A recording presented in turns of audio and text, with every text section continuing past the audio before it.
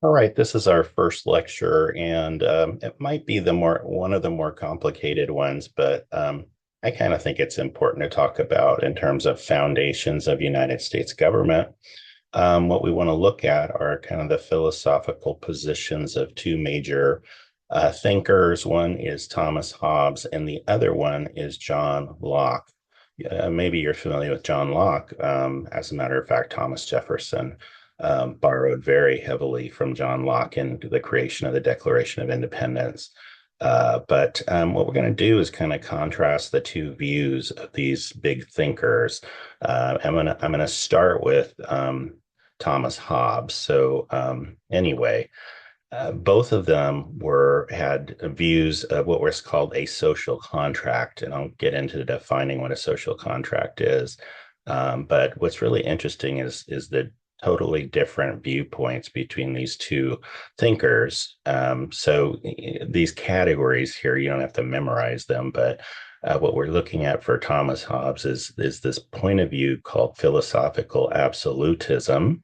And then with John Locke, we have philosophical and biblical constitutionalism. So the real key words in this organization is absolutism versus constitutionalism. All right. And so for both of these folks, they believed in a social contract. And the social contract revolved around two big questions. And that is, what is the origin of government? In other words, what's the purpose of government? And then secondly, how much authority should the state have over the individual? So when we're saying the state, we're talking about the kingdom. We could be talking about, a parliament or something of that nature.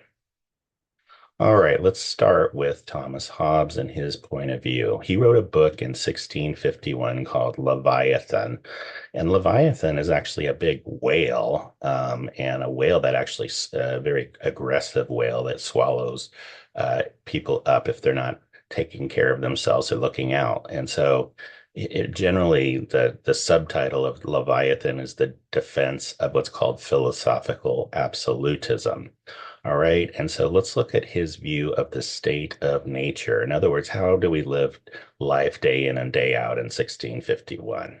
Well, he says that man is in a constant state of war, and war against each other, war against ourselves. It's a pretty grim view of how people live their lives. And so the Leviathan is this, again, in fact, it's a metaphor for the kingdom itself in which one resides. And so, really, what's the purpose of government? In part, is to keep us from destroying each other, from killing each other. Because during this time period, we have the backdrop of the English Civil War. He talks about human nature, Thomas Hobbes does, and does not have a very good view of human nature in terms of how people think and react and respond, etc.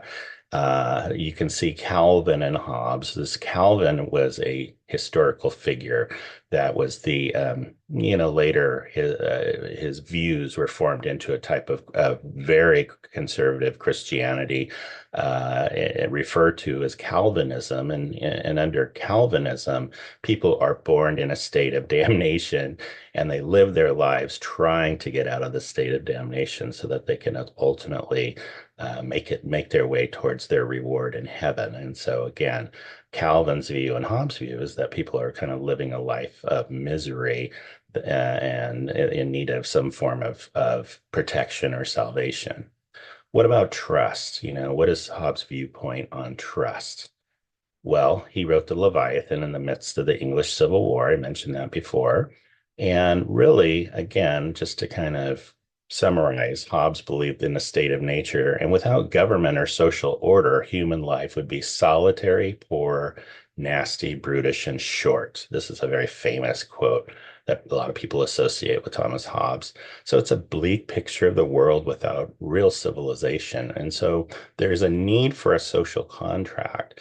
And this social contract kind of goes this way, is that because people are in a constant state of warfare and in need of protection, they should give all of their freedoms and etc., all their loyalty to, in fact, a king or a sovereign authority to avoid the chaos and conflict of that state.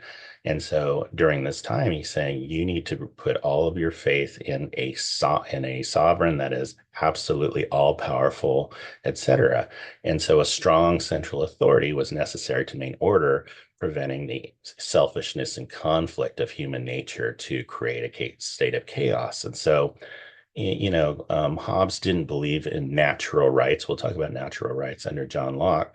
He actually argued that in the state of nature, everyone has the right to everything. And that's what leads to this constant struggle of resources. And so, again, the social contract is that you give all of your loyalty to an absolutist type king who will protect you and everyone else from the worst nature's natural behavior of people being really terrible. And so you're not supposed to rebel. I mean, within the social contract under Hobbes, you have no right to rebellion. You have to just give your loyalty 100%. And so that's really what he was thinking about. And so let's turn our attention to John Locke. Now, this is a completely different viewpoint. He wrote a very famous book called Two Treatises of Government in 1689. And his main argument was this defense of what's referred to as constitutionalism. And so you see that word constitutionalism, you think of the word constitution. And generally, a constitution holds back, it's a document that describes how government is to be run, but there are lots and lots of, say, checks and balances on say the leadership, et cetera, or the members of Congress, et cetera. So anyway, let's move forward on Locke. He believed, unlike Hobbes, that there were natural rights that every human being possessed. Those natural rights were life, liberty, and property. Sounds familiar. The Declaration of Independence, Thomas Jefferson, he wrote life, liberty, and the pursuit of happiness. So he kind of stole the ideas or borrowed the ideas from John Locke. What about the state of nature? How is mankind under Locke's view of the state of nature? Well, here we go with the life, liberty, and property. Under Locke, the state of nature, in fact, is not nearly as grim as that's described during the time period of Hobbes. This is about 100 years later from the time Hobbes wrote his treatise, and to the point in which Locke is writing his viewpoints. And so the state of nature, in fact, is a lot more. Let's just say it's not nearly as violent, et cetera. There's definitely more of a give and take in society, and people aren't killing each other and stealing their property during this time period historically in England. So it's certainly a different viewpoint and a different setting. Now, you see this word right of revolution, and I'll get into that in just a moment. But Locke actually believed that the people had a right to revolution.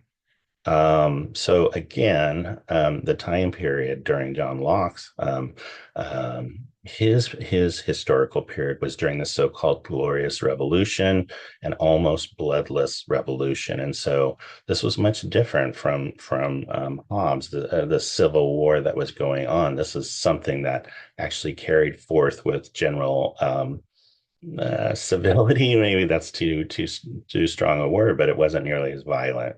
And so I think, if you live in a really violent time, certainly it's going to shape your point of view. And if you're living in a relatively let's just say not violent time, and you see a transition of power that occurs, such as what happened in the Glorious Revolution, it's going to look a lot different to you. Your perspective will be different. So what about John Locke's view of the state of nature? So he believed in what was called the tabula rasa. That means everyone is born with a blank slate. With no innate knowledge, he argued that our experiences and sensory perceptions shape our understanding of the world. And so, in other words, we're not just born violent and ready to fight everyone. In fact, we're born with a blank slate, and basically our perceptions or our ideas are formed by really how we look around at the world itself. What about natural rights? He believed that individuals possess natural rights. And again, those are life, liberty, and property. So that's a pretty amazing idea that, everybody has this right to liberty and life and property. And then he said the rights are inherent to every individual. And this is the thing, that protection by governments were supposed to protect us from, for us to have good life, liberty, as well as property. What is the social contract? It contrasts with Hobbes. He believed that in fact, governments are formed through a social contract where individuals voluntarily come together and create a government that protects their rights and interests. This is, by the way, this is known as popular sovereignty. Really, it's the government of the people. This is what Locke believed in. And he said that government itself should be limited and it should be checked upon by the people. He believed that governments should have only authority granted to them by the consent of the governed, meaning the permission of people, and that people, this is very revolutionary, that individuals had the right to revolt against repressive leaders. And so there was actually a right to revolution under Locke's point of view. It's a last resort, but if a government violates its duty to protect the natural rights that every person is born with, life, liberty, and property, that the people had a right to overthrow that government and establish a new one. So you can kind of see where this goes in terms of the Declaration of Independence, because the Declaration of Independence is essentially the colonists breaking away from this kind of so-called tyrannical British government. And a lot of the language from the Enlightenment and John Locke are found within the Declaration of Independence. Okay, so, how are they similar? Well, both believed in a state of nature, but there was a very different view of the state of nature, right? Because Hobbes thought it was nasty, brutish, and short. And Locke actually said that the state of nature was kind of a thing that you experience based on perception, and you're born with a blank slate and you discover everything. And so therefore, it's a lot different from Hobbes's point of view. What about the so-called divine right? So both Hobbes and Locke believed in a social contract, but Hobbes, what you would say that his belief was in this divine right of kings, meaning the authority was absolute, whereas Locke would say no. In fact, social contract is essentially there are leaders, but we exchange our loyalty for protection, and if the leaders aren't uh, proper and they're not doing what we expect them to do, then we can throw them out and get new leaders. Okay, so they both believe in a social contract. And so let me just click on these, please. So what about government? So Hobbes says a government is there to protect us from ourselves, where Locke much differently says to protect our natural rights to life, liberty, and the property. What about the sovereignty? It resides under Hobbes' point of view in the monarch to protect us. Sovereignty to Locke is no, it's in the people. It's the right, the consent of the governed. And so Hobbes would say, no, government's power cannot be limited. And Locke says, absolutely, the government can be limited if it's not serving our purposes. Was there a right to revolution on the part of Hobbes? The answer is no. It's like you give your loyalty and you just hope that it's going to be work out. Whereas Locke would say, no, a revolution, in fact, is necessary if leadership is not fulfilling its social contract with the people. Okay, so I think that pretty much sums everything up in this lecture. Like I said, it's a little bit, I don't know, maybe a little more complicated than the next lectures I'm going to be going through with you. But anyway, that's it. So what you're going to do is you're going to go to the quiz that you see that's attached to this lecture and go ahead and answer the questions to the quiz.